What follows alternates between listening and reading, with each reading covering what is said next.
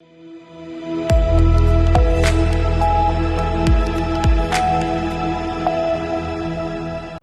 के बाद स्वागत है आपका सी न्यूज भारत में।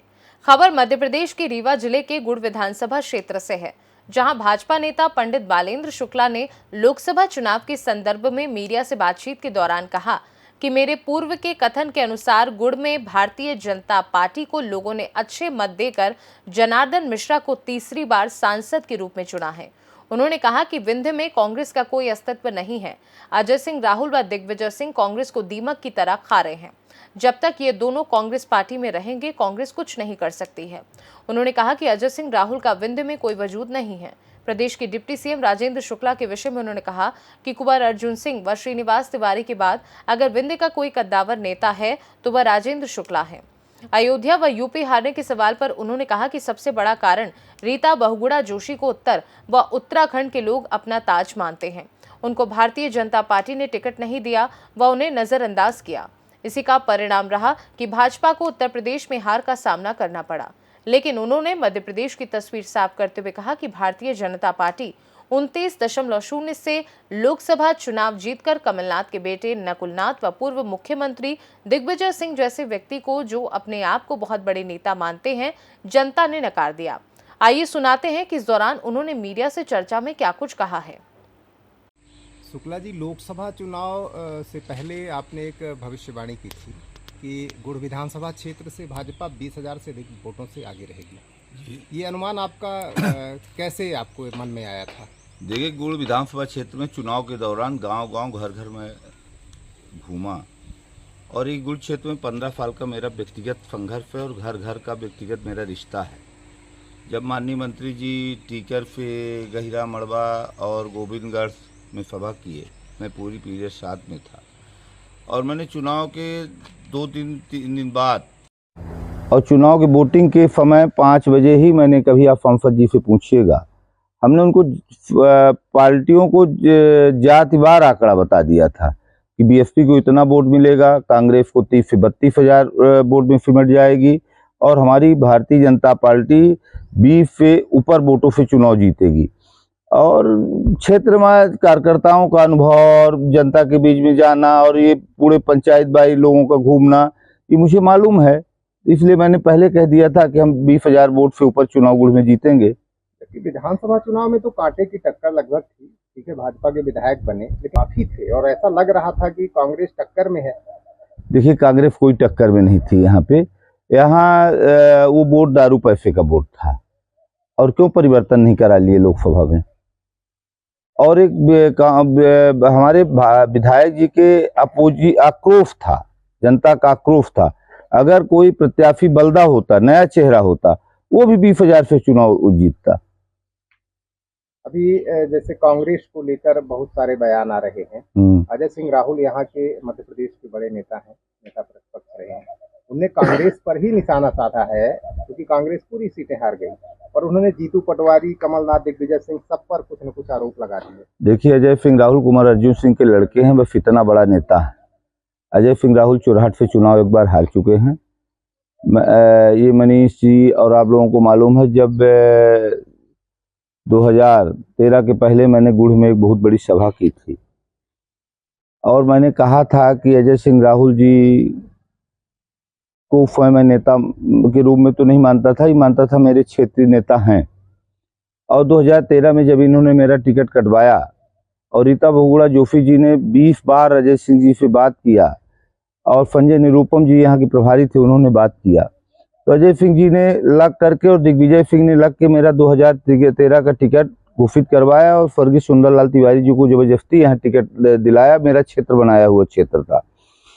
उसी दिन मैंने यहाँ पे 20 सभा में एक जनेऊ पहना था। आज भी आप देखिए, मैं जनेऊ पहनना बंद कर दिया। मैंने कहा था दिग्विजय सिंह और अजय सिंह की राजनीति खत्म, मैं ब्राह्मणों में सर्वश्रेष्ठ ब्राह्मण भेड़ी शुक्ला हूँ, आपसे जनेऊ उतार दिया हूँ। दिग्विजय सिंह सदन के अंदर कभी भी नहीं पहुंचेगा जीत करके। और आप देखिए, दिग्विजय सिंह चुनाव हार गया। जहाँ अजय सिंह का है, अजय सिंह को मैंने चुनाव में ही कहा था कि अजय सिंह का कोई बावजूद विंध्य में नहीं बचा है, सिर्फ एक कौम का नेता है। वो चंद कौम में सिर्फ अपने समाज के लोगों का नेता है। बाकी अजय सिंह राहुल को जो कांग्रेस का प्रदेश अध्यक्ष बनना चाह रहा है, इसलिए वो नेता बन करा।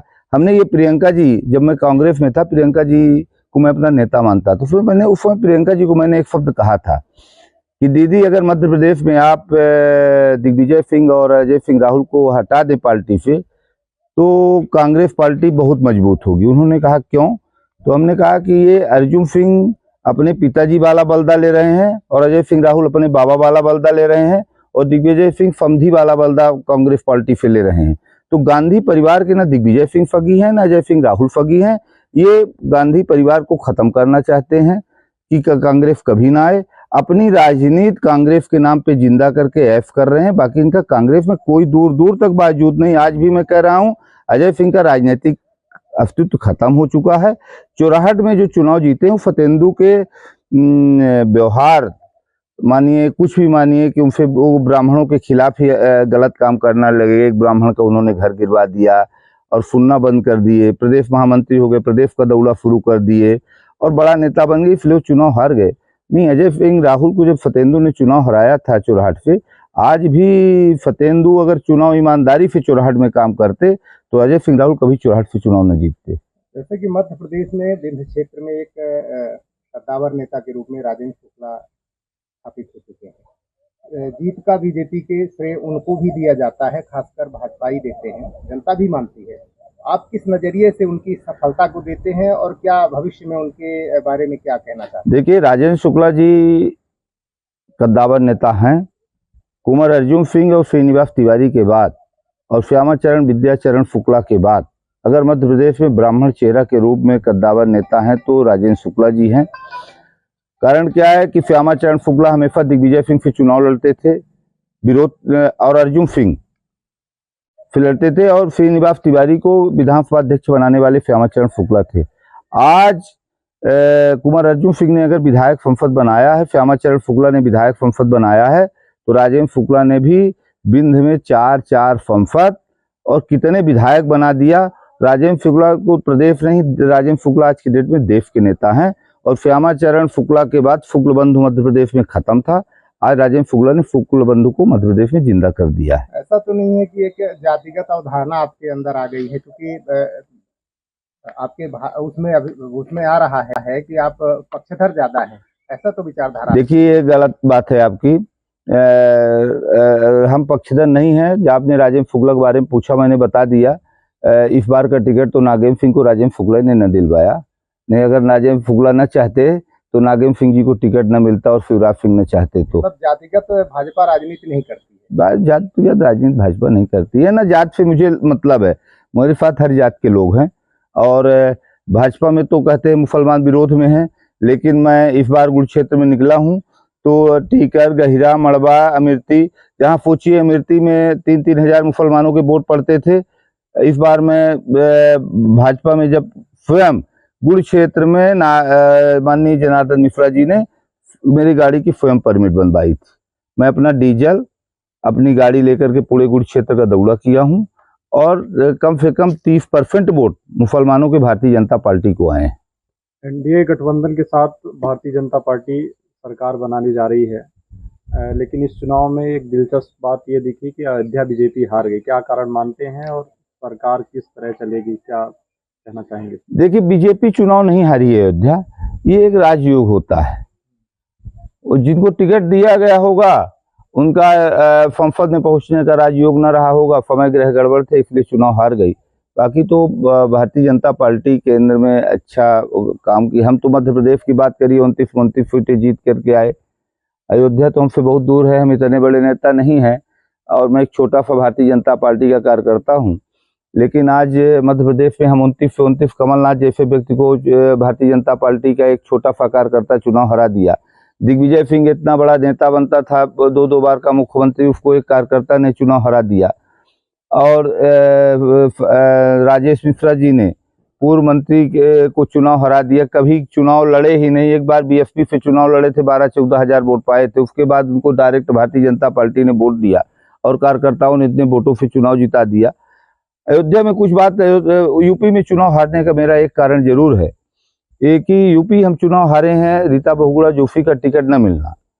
वहाँ के जो ब्राह्मण वर्ग था तो रीता बहुगुणा जोशी का उत्तराखंड उत्तर प्रदेश का ब्राह्मण वर्ग रीता बहुगुणा जोशी को अपना ताज मानता है और हर समुदाय के लोग उनको ताज मानते हैं। जब रीता बहुगुणा जोशी कांग्रेस की प्रदेश अध्यक्ष थी, आप याद करिए, मनमोहन सिंह जी उस समय प्रधानमंत्री बने थे, 22 सांसद, जब कांग्रेस का कोई बावजूद नहीं था तब बनारस फॉरम से सांसद जिता के लेके गई थी।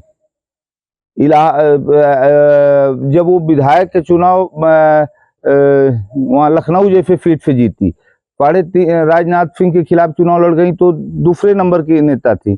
तो आज रीता जी ने पूरी ताकत से भाजपा को वोट दिलाया, मेहनत किया, लेकिन कार्यकर्ता इतना नाखुश थे, इतना लोग नाखुश थे कि हमारी दीदी के साथ भारतीय जनता पार्टी ने अन्याय किया है, इसलिए हमको भारतीय जनता पार्टी को वोट नहीं देना। वहाँ भाजपा के प्रति आक्रोश नहीं था, रीता जी को टिकट न देना आक्रोश था। मध्य प्रदेश में भारतीय जनता पार्टी 29-0 से चुनाव जीती है, एक भी कांग्रेस के सांसद नहीं चुने गए। आप जब कांग्रेस में थे तब आपने कहा कि एक पत्र हमने लिखा था सोनिया गांधी जी को, प्रियंका गांधी जी को, कि दिग्विजय सिंह और इनको और नेताओं को हटा दे, कांग्रेस की स्थिति मजबूत रहेगी। देखिए, मैं आज भी कहता हूं कि दिग्विजय सिंह और अजय सिंह को कांग्रेस पार्टी कल पार्टी से हटा दे तो कांग्रेस पार्टी यहाँ नई पीढ़ी उत्पन्न होगी और कांग्रेस पार्टी विपक्ष के रूप में अच्छा वो करेगी। लेकिन आज कांग्रेस पार्टी के जो एक जड़ था भारतीय जनता पार्टी में, अब राजेंद्र शुक्ला ने मध्य प्रदेश में, मोहन यादव जी ने जो समाजवादी के वोट थे यादव समुदाय के वो ले गए, और राजेंद्र शुक्ला जी और सुरेश पचौरी के आज पूर्व केंद्रीय मंत्री सुरेश पचौरी जी के आ जाने से पूरा भोपाल, उस बेल्ट का पूरा बेल्ट जो कांग्रेस का था वो खत्म हो चुका है। लेकिन दिग्विजय सिंह, अजय सिंह को अगर कांग्रेस पार्टी हटा दे तो निश्चित तौर पर कांग्रेस एक बार उपजेगी। शिवराज सिंह चौहान को लेकर आप क्या कहना चाहते हैं, क्योंकि बहुत अच्छे वोटों से जीते हैं और केंद्र में मंत्री भी बनने वाले हैं, तो खबरें चल रही हैं। शिवराज सिंह देखिए हमारे पार्टी के बड़े नेता हैं, वो जो पैदा हुए थे तो राजयोग लेकर ही पैदा हुए थे।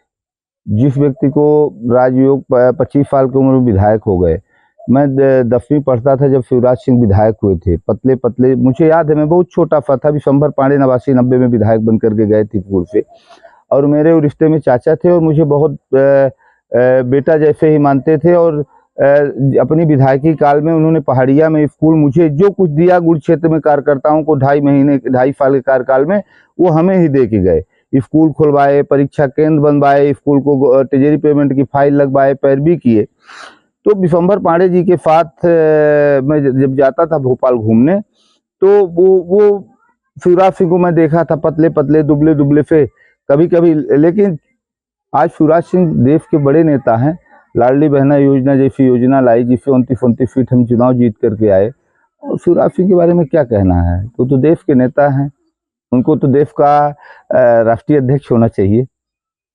रीवा से सी न्यूज संवाददाता अर्जुन तिवारी की रिपोर्ट। फिलहाल इस खास रिपोर्ट में बस इतना ही। देश दुनिया की बाकी खबरों को जानने के लिए आप देखते रहिए सी न्यूज भारत।